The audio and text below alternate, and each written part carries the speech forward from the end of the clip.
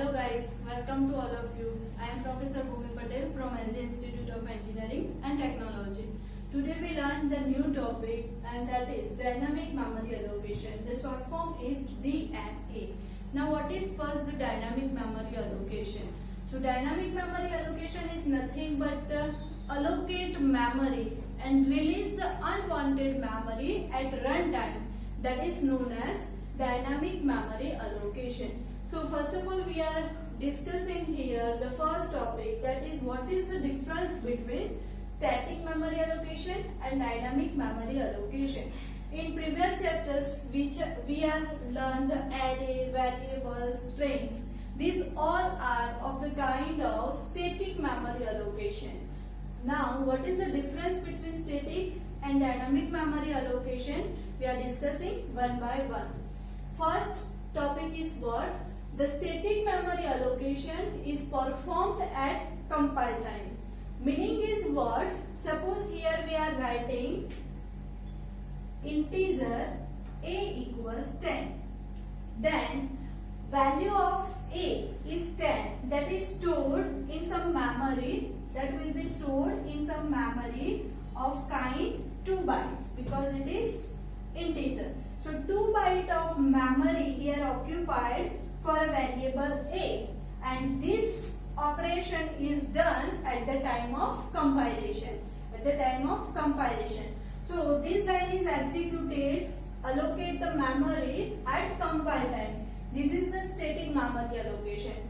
Now second, we are using now the new topic, that is our chapter DMA, that performed at runtime. Runtime means whenever we are executing the program, then and then this kind of block is created for that particular variables. So dynamic memory allocates memory at runtime when we are executing program, but static memory allocation allocates the memory at compile time. That is the first difference. Now second difference is, in a static memory allocation stack is used, and in a dynamic memory allocation heap is used. This is two different kinds of memory. Now third is, size must be known at compile time. When the size is known at the time of compilation, then and then you can use static memory allocation. Size may be unknown at compile time, then you can use dynamic memory allocation. It is based when required size of memory is known in advance. Before running the program, before executing the program, if you know the size, how many kind of data here you are required for that particular variable, that the memory is required, which is known in advance, then and then you are use static memory allocation, and then it is best use of it. But if you don't have any idea, how much memory is required, then you are choose dynamic memory allocation because it is based. So there are two kinds of memory allocation method. Whenever you have an idea about how much memory you need for that particular variables, for that particular programs, then you can use static memory allocation because it is based for that. But if you have any idea how much memory is required, then best is use dynamic memory allocation concept. Now fifth is, this is less efficient compared to dynamic. Dynamic memory allocation is more efficient. Now sixth is, there is no memory reusability. That means memory is not reusable whenever you are allocating memory with a static time. But whenever you are using dynamic memory allocation method, then you can reuse that memory, and memory can be free. Memory can be free when there is not in a use, when there is no requirement of that memory. So here most IMP advantage is no wastage of memory. What? No wastage of memory. How? No wastage of memory because let us consider one simple example. Suppose I am declaring one array. Suppose declaring one array of size 10. Then what happened? The 10 elements, maximum 10 elements you can store in a variable A. So this kind of figure is there. There are total 10 elements and the size of this array is kind of integer. So for one element is occupies 2 bytes. So the total 20 bytes are occupied.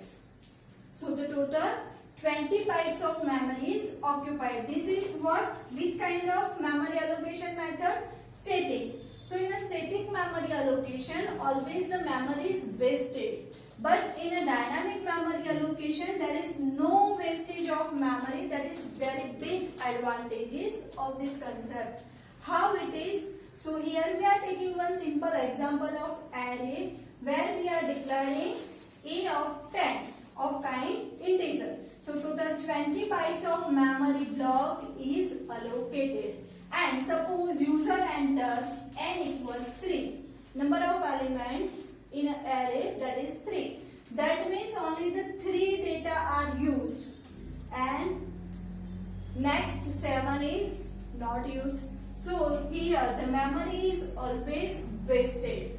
Memory is always wasted. So to reduce this limitation of static memory allocation, that is memory wasting, we are using another concept, that is dynamic memory allocation, where never wasting of memory. How it is done, we are discussing in our next topic. So this is the concept of static memory allocation and dynamic memory allocation. The very big advantages of dynamic memory allocation DMA concept is there is no wastage of memory. It allocates the memory at runtime, and when the memory is not in a use, then you can free that memory. And you can reuse that memory. Clear? And it is very fast access. Very fast in a speed. So we are using another dynamic memory allocation concept here, that is our chapter. Now let us start with that concept, dynamic memory allocation.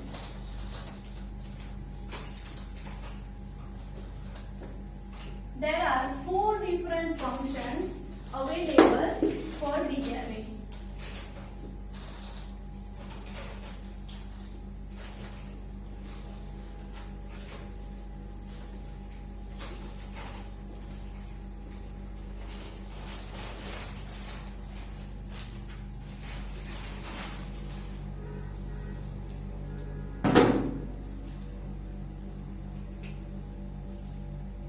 Functions for a dynamic memory allocation.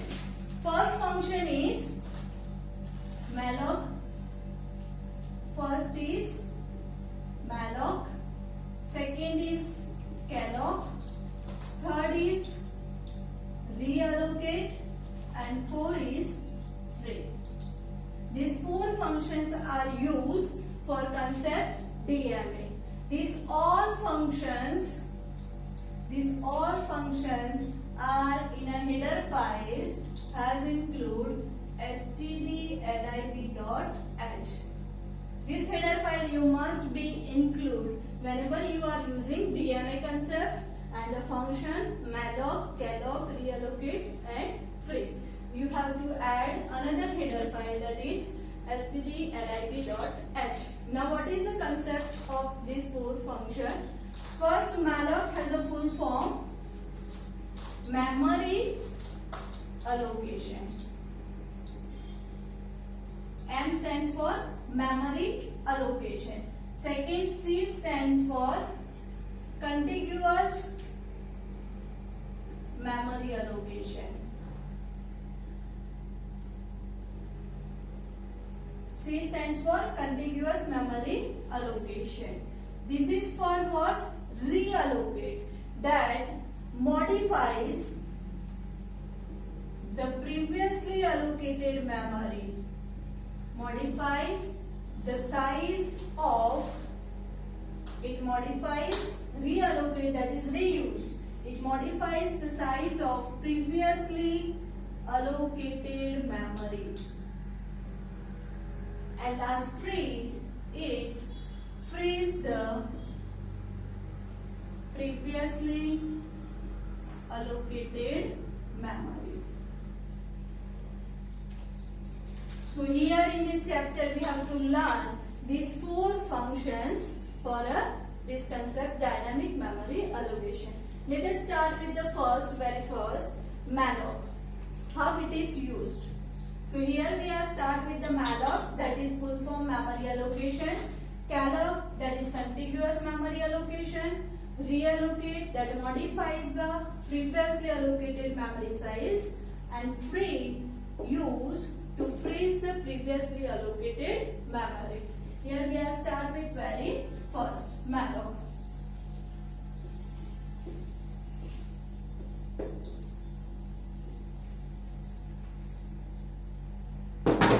Now full form of malloc is memory allocation. It allocates single block of memory, single block of memory, and returns pointer to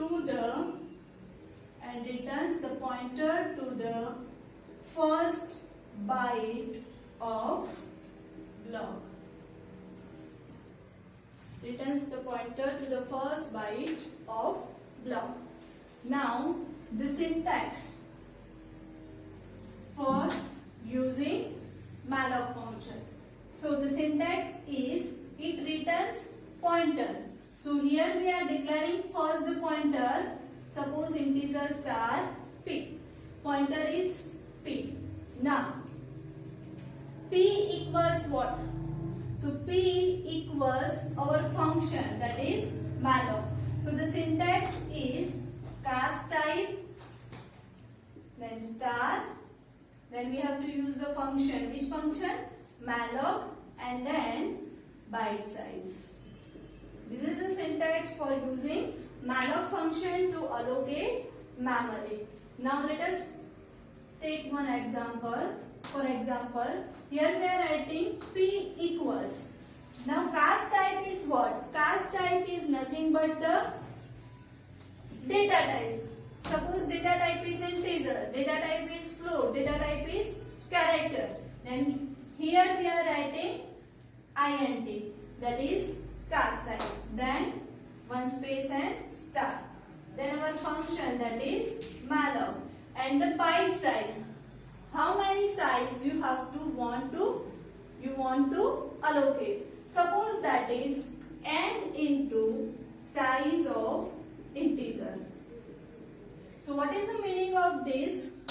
This memory allocation function, malloc function, allocates memory of this size. Now meaning of this is what? First the size of integer. The size of operator gives the size in a bytes. So integer occupies how many bytes? 2 bytes. So n is suppose 3. Suppose user given n equals 3. Then what happens? 3 into size of integer, that is 2. So 3 into 2, total 6 bytes of memory is occupied by using malloc function, and it returns pointer to that memory, first byte of memory. So this is the malloc function that allocates single block of memory. So here in this example, total 6 bytes of memory is occupied. How many? 6. Total 6 byte. 1, 1, 1, 1, 1, 1. Clear? And this 6 byte as a single block. This 6 byte is as a single block, one block. and it returns a pointer to the very first byte. Suppose first byte is 2000, next is 2001, 2002, continuously. So it returns the pointer to the first byte of memory and total is 6. That is allocated using malloc function. So malloc is how it is dynamic and there is no wastage of memory. Whenever user use n equals 4, then 4 into 2, 8 bytes of memory is occupied. When user give 100, then 100 into 2, that is 1000 bytes of memory is occupied. And this n value is given from the user. So never here the memory is wasted. But in an array, what we are creating?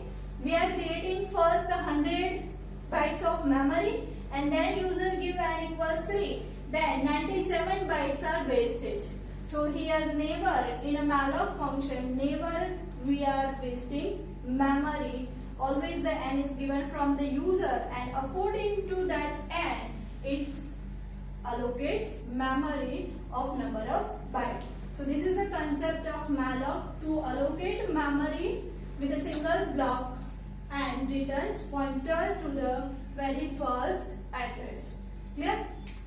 Now let us start with simple program using malloc to find the sum of n elements using malloc function.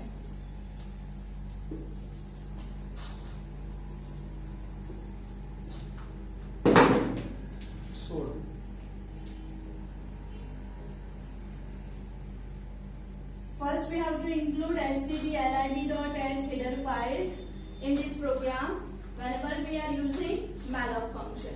So first include this header file, then void main. Now integer n is there. What is the title of our program? Program is write a program to find sum of n elements using malloc at runtime.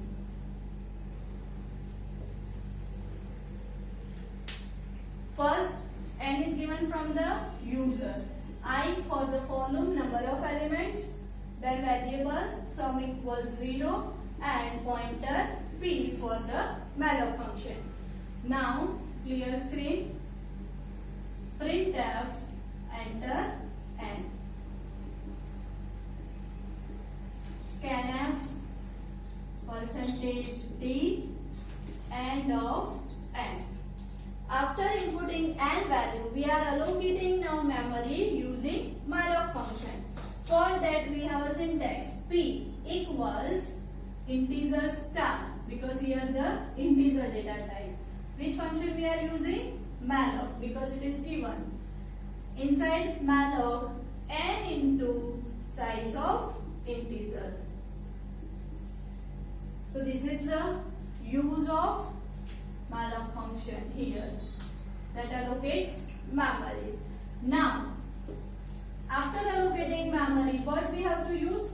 We have to find the sum. So here we are writing for loop. For I always start with 0. I start with 0. I less than n. I plus plus scan printf, enter elements. We have to enter how many elements? Total n. So our for loop is executed n number of times. Sum of n elements. Scanf %d. Now what we are writing here? We have to use pointer.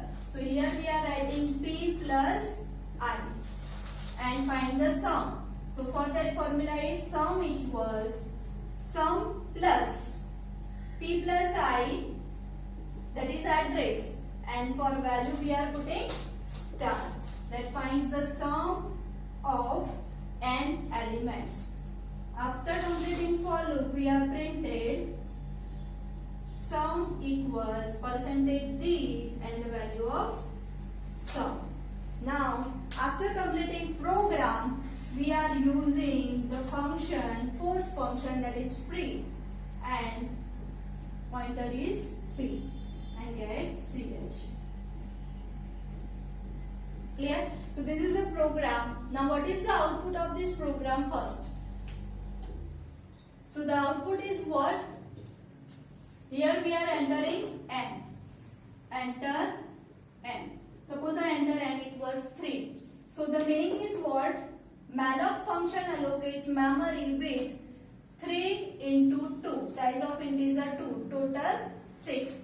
So 6 bytes of memory is occupied. Total bytes is 6. And pointer points to the first. Now I start with 0. Printf enter element. So here the message is enter elements. Suppose I enter 3 elements one by one, that is 1, 2 and 3. So scanf means input the value and that value will be inputted P, that is suppose 2000. First element is 2000. So 2000 plus I0. So 2000 plus 0, that is 2000. At that place the first value is put it, that is 1. Now sum equals sum plus star P plus I. So star P plus I, that is 2000. 2000 value, that is 1.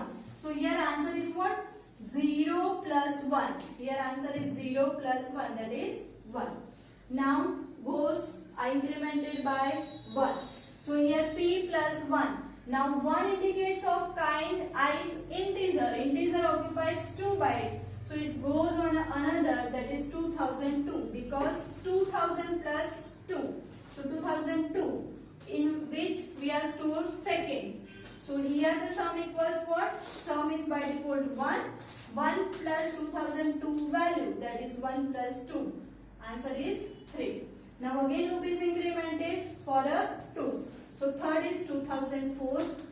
Here we are inputted 3 and the value. So 3 plus 3, how many? 6. Now I is incremented, but here we use only 3 elements. So 1, 2 and 3, and the answer we are getting sum equals 6. So the last answer will be printed, sum equals what? Sum equals 6. Now what is the meaning of this function free?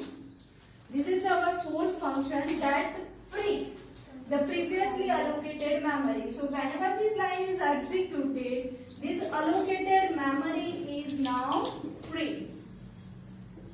This allocated memory is now free. So you can reuse that memory or you can use another.